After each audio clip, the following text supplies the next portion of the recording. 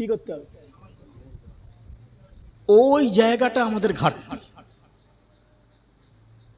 এই তো জলসা শুনতে এসছি আমরা, আল্লাহ করে আমার বিশ্বাস আছে এমন ব্যক্তিকেও আপনি হয়তো পাবেন, আমার ইমান বলছে মাগরিবের নামাজ পড়িনি, বসে ওয়াজ শুনছে। ঠিক বলছি না ভুল বলছি? মাগরিবের নামাজটা পড়া কি ছিল? ফরজ। আর এটা কি? মুস্তাহানা, নফল ইবাদত। আপনি আসতে পারেন, বসতে পারেন, আসলে সওয়াব, বসলে সওয়াব, না আসলে কোনো অসুবিধা নেই, আপনি গুনাহগার হবেন না। কিন্তু ওই যে নামাজটা ফরজ ছিল। আজ এই মসজিদের বাইরে যদি কোনো মাতাল মদখোর, এই মসজিদের বাইরে যদি কোনো মাতাল মদখোর ওই মসজিদের বারান্দায় বসে বসে ওই কিনা আপনার পোটের কাছে বসে থাকে, আমার আপনার মাথাটা গরম হয়ে যাবে, আমার আপনার মাথা আর কাজ করবে না। তুই মাতাল, তুই তো মদখোর, তুই কেন মসজিদের চাতালে বসবি বল? মাথা গরম হবে না? এই মাথা গরম হবে কি হবে না? যদি মাতাল মসজিদের এখানে বসে আছিস। সোনার মানিকেরা, ছেলেরা, বাচ্চারা, যুবকেরা, কান খুলে শুনে রেখে দিন। মদ যেমন খাওয়া হারাম, সুদও তেমন খাওয়া হারাম, জেনা ব্যভিচারী করা যেমন হারাম, গীবত পরনিন্দা পরচর্চা করাও তেমন হারাম। আর যদি এলাকার ভিতরে কোনো একটা বাড়িতে যদি কোনো একটা যুবক যুবতী ছেলে মেয়ে যদি ধরা পড়ে যায়, আমি আর জানতে চাই আপনারা কি মসজিদের ভিতরে বসে থাকবেন কি থাকবেন না? আমাকে বলুন। এই মুহূর্তে যদি কোনো একটা যুবক যুবতী ছেলে ধরা পড়ে যায়,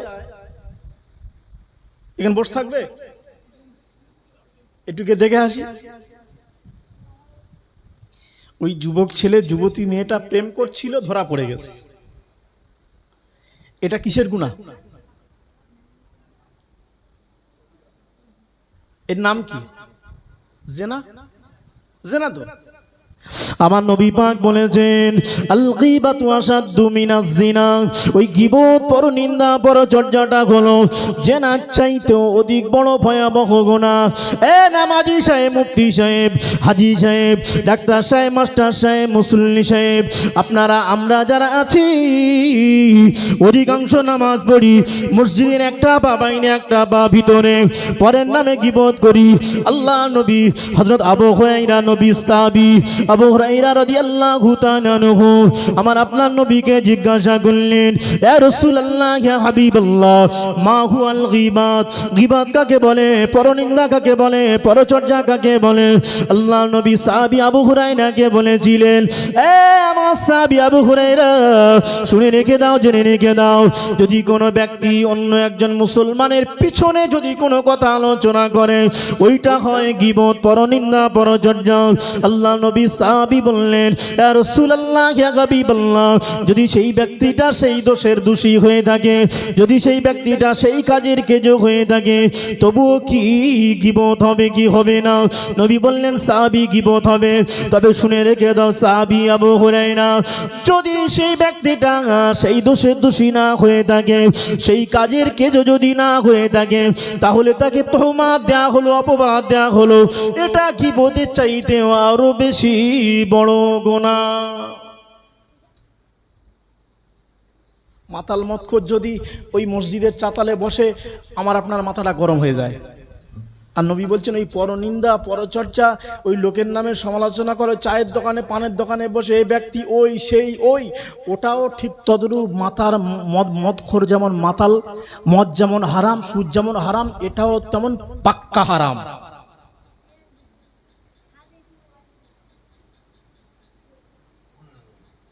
কি গো? তবে আল্লাহ করে আমরা হয়তো লোকের পিছনে কথা আলোচনা করি না। ঠিক স্টার্টটা এরকম হয়, এই একটা কথা শুনেছিস? কি? দেখ, কারোর সঙ্গে বলবি নি তো? বলছে না, বলছে না, এটা ওয়াদা করা আছে, এটা বলা যাবে না। বলছে না, তুই বল, তুই আর আমি, আর দ্বিতীয় না, দ্বিতীয় কান আর হবে না। ওই স্টার্ট। ও সোনার মানিকেরা, ছেলেরা, বাচ্চারা, আল্লাহ নবী বললেন আল গীবাতু আশাদ্দু মিনাজ জিনা, গীবত পরনিন্দা পরচর্চা হলো জেনার চাইতে আরো ভয়ানক গুনাহ। আল্লাহ নবী বললেন লা তুকবালুস সালাত, গীবতকারীর নামাজ কবুল হয় না। লা তুকবালুদ দুআ, গীবতকারীর দোয়া কবুল হয় না। আল্লাহ নবী হযরত মুসা আলাইহিস সালাতু ওয়াস সালামের জামানায় নবী মুসা বসে রয়েছেন, কিছু সংখ্যক মানুষেরা মুসা নবীর উম্মতেরা হাজির হয়ে গেল। এ নবী মুসা, পানি হচ্ছে না, অনাবৃষ্টি দেখা দিয়েছে, আপনি একটুখানি দোয়া করুন। আল্লাহ নবী মুসা সবাইকে বললেন এ আমার উম্মতেরা বসে যাও, আমি নবী মুসা আমি একা কেন, তোমাদের সবাইকে নিয়ে আমি নবী মুসা আল্লাহর দরবারে দোয়া করব। নবী মুসা সবাইকে নিয়ে আল্লাহর দরবারে দোয়া করছেন, আল্লাহ পাক আপনি পানি বর্ষণ করুন, আপনি পানি বর্ষণ করুন। কিতাবের ভিতরে বর্ণনা করা হলো নবী মুসার দোয়া শেষ হয়ে গিয়েছে, তবুও পানি হচ্ছে না।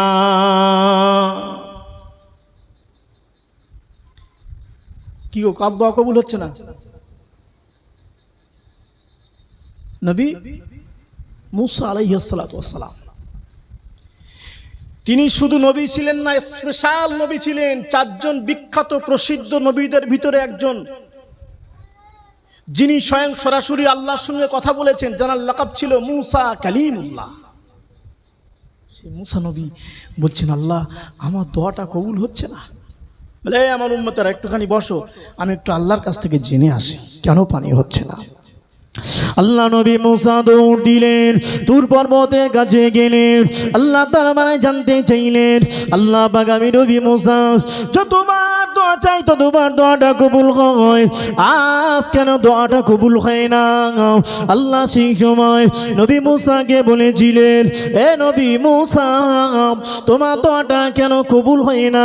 তুমি যে মজলিসে বসে হাত তুলেছ, ওই মজলিসের ভিতরে একজন গীবতকারী পরনিন্দাকারী রয়েছে, ওই গীবতকারীর জন্য তুমি মুসা তোমার দোয়াটা আমি আল্লাহ আমার দরবারে কবুল হয় না। নবী মুসা ছিলেন রাগান্বিত, নবী মুসা একজন রাগী ব্যক্তি ছিলেন, প্রচন্ড রেগে গিয়েছিলেন। আল্লাহ পাক আমি নবী মুসা আমার মজলিসে যা গীবতকার ব্যক্তি, আমি একটুখানি জানতে চাই ওই গীবতকারী ব্যক্তিটাকে আপনি একটুখানি আমাকে বলে দিন।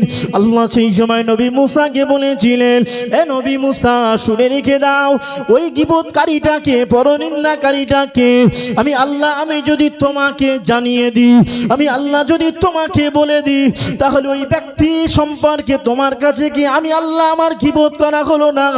না না না, আমি আল্লাহ গীবতকারীর পক্ষ না, গীবতকারীর বিপক্ষে, তাই আমি ওই ব্যক্তিটাকে তোমাকে বলে দিতে পারবো না। জোরে বলুন সুবহানাল্লাহ, আর একটু জোরে বলুন সুবহানাল্লাহ। ওই ব্যক্তিটাকে আমি যদি বলে দিই তোমাকে, তাহলে ওই ব্যক্তি সম্পর্কে তো গীবত করা হলো। মুসা নবী ঝরঝর ঝরঝর করে কাঁদছে, আল্লাহ তাহলে পানি হবে না?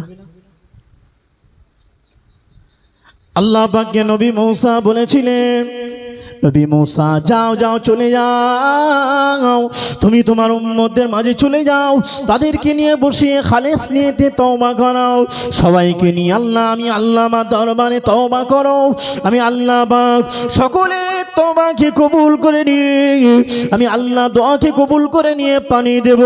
নবী মুসা তুর পর্বত থেকে দৌড়ে দৌড়ে উম্মতের মাঝে আসলেন। এ আমার উম্মতেরা, আজকে তোমরা যারা হাজির হয়েছো, এই উম্মতের ভিতরে একজন গীবতকারী রয়েছে, গীবতকারীর জন্য আল্লাহ পাক দোয়া কবুল করেন না। একটা দরজা খোলা আছে, পানি আল্লাহ দেবে না। যদি আমরা খালেস নিয়েতে সবাই তওবা করি, সবার ভিতরে গীবতকারী থাকবে, আল্লাহ পাক প্রত্যেকে তওবাকে কবুল করে নিয়ে তবে পানি দেবেন। নবী মুসা তওবা করালেন, সবাইকে নিয়ে আল্লাহর দরবারে হাত তুলে দিলেন। রব্বুল আলামিন আল্লাহ পাক আমি নবী মুসা মুসা যতবার হাত তুলেছি দোয়া কবুল হয়েছে। আল্লাহ আপনি পানি বর্ষণ করুন।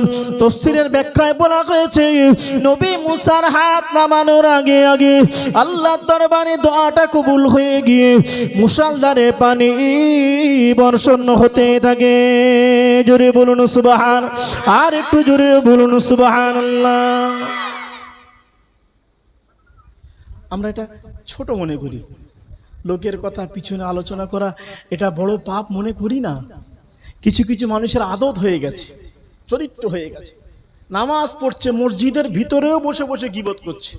ইমাম সাহেব আসতে একটু লেট, কাঁটায় কাঁটায় 1 মিনিট কি হবে, হতেই পারে, সে তো মানুষ, ফেরেশতা নয়, কি ঠিক না? শুরু হয়ে গেছে, এই ইমাম সাহেব, এই কোনো মানে হয় না, সব টাইম টেবিলের জ্ঞান নেই, ইমামতি করছে, সবসময় এইরকম করলে কি করে চলবে? চায়ের দোকানে, পানের দোকানে, বিড়ির দোকানে, চায়ের আড্ডায়, তাসের আড্ডায়, মদের আড্ডায়, বাজারে অঢেল সময় চলে যায়। মসজিদে যদি 1 মিনিট দেরি হয়ে গেছে গা জ্বালা করে, বাবারে এখানে কি করে বসে থাকি, এখানে সহ্য হয় না। ভালো জায়গায় যাবেন জলসায়, যদি 10টা বলেছে কটা পর্যন্ত হবে, হোসেন ভাই যদি বলে হ্যাঁ ইনশাল্লাহ 11টার মধ্যে সেরে দেবো, শুধু ঘড়ি দেখতেছে 11টা কখন বাজবে। যেই 11টা হয়ে গেছে ঘড়ি দেখছে আর শুধু মনে করছে আল্লাহ রে এই তো 11টা হয়ে গেল, এখনো কেন শেষ হচ্ছে না? সাহাবী হুজুরদের আমলে সাহাবী হুজুর জলসা করতেন, ঘন্টা কি ঘন্টা, ঘন্টা কি ঘন্টা সাহাবী হুজুররা আল্লাহ নবীর মধুর বাণী শুনতেন। ভালো জায়গা আমাদের সময় দিতে মন লাগে না। যে কথা বলছিলাম, পরনিন্দা পরচর্যা সব থেকে ভয়ানক গুনাহ, কঠিন গুনাহ। নবী বলছেন যে ব্যক্তিটা জবানের হেফাজত নেবে, যে ব্যক্তিটা যৌনাঙ্গের হেফাজত নেবে, আমি নবী কথা দিলাম কিয়ামতের ময়দানে আমি রাসূলুল্লাহ স্বয়ং তার জান্নাতের জিম্মাদার হয়ে গেলাম। জোরে বলুন সুবহানাল্লাহ। লা তুকবালু সালাত, গীবতকারীর নামাজ কবুল হয় না। লা তুকবালু সাওম, গীবতকারীর রোজা আল্লাহ দরবারে কবুল হয় না।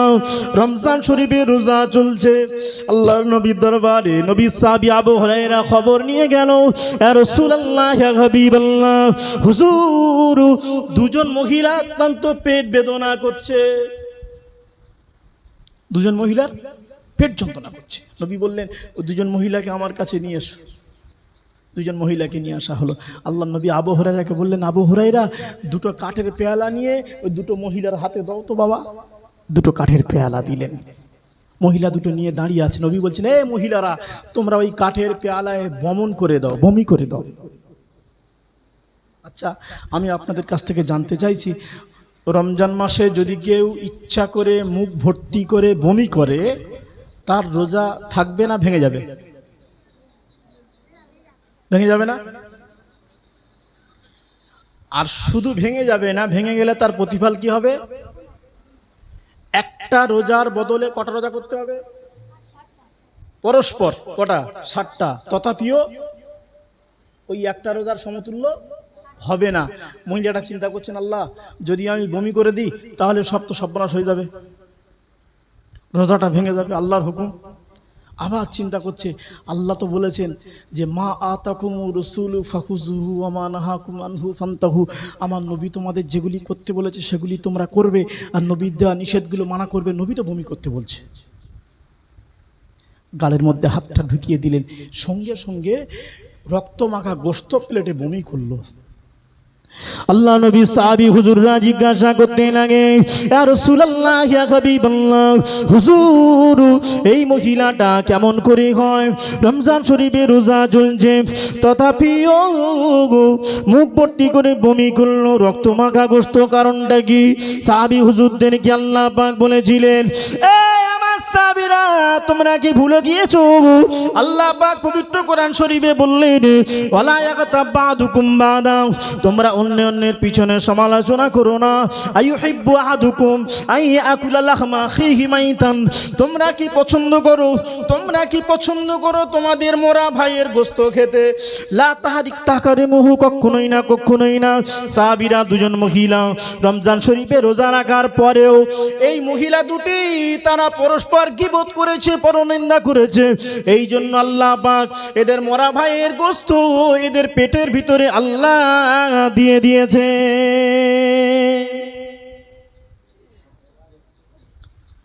ভাইরা আমার, আমি নিজেকে আজকে ধন্য মনে করছি। এটা বিশাল বড় ওয়াজের প্ল্যাটফর্ম নয়। আমি এসেই বলেছি দোয়ার মজলিস। আমি এসেছি আপনাদের কাছে খাস দোয়া নেওয়ার জন্য। সকলে খাস করে আমার জন্য দোয়া করবেন। মানুষ এই দেখতে এই নেই, আল্লাহর হুকুম হলে চলে যাব সবাই, কেউ থাকবো না, কেউ থাকবে না। দোয়া, এই দোয়া করবেন আমরা যেন প্রত্যেকেই কবরে যাওয়ার আগে পরকালের পুঁজি সঞ্চয় করতে পারি।